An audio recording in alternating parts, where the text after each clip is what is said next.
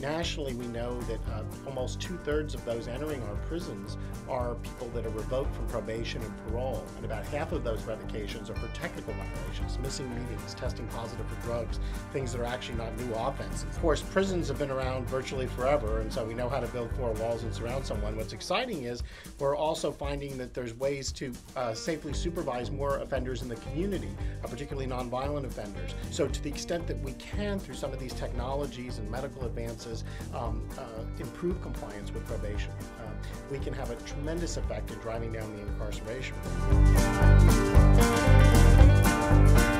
Data shows most people who are scared after they have their first DWI, as they should be, that they're about to ruin their whole life. They're going to lose their job, they're going to lose their family, they're going to lose everything. So they don't necessarily need to go to the probation office every week to hear that.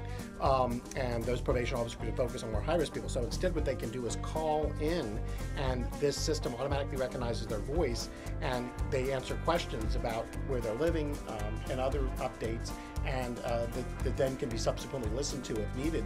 But this saves a tremendous amount of time. In Georgia, they've implemented this in their parole system for the lowest risk offenders on parole, and it's enabled them to get rid of their offices for parole officers. And instead, parole officers spending all their time going to visit medium and high risk parolees where they live. We know that they've saved millions of dollars by not having these regional parole offices anymore, instead having parole officers that are mobile and then using this voice recognition technology for the low risk parolees. With some of the modern GPS, you're able to not only tell where somebody is, but also verify that they weren't in certain places. So if there's a crime in a particular community, a lot of times police will go to where some parolees are working, in their jobs, and ask them about it. But if they were on GPS with the crime scene correlation, they would be able to, police would be able to tell on their computers that that person was not in the area at that intersection where the crime was committed. So you don't have to waste time going and questioning these people, which is also, of course, very embarrassing if you didn't do anything wrong.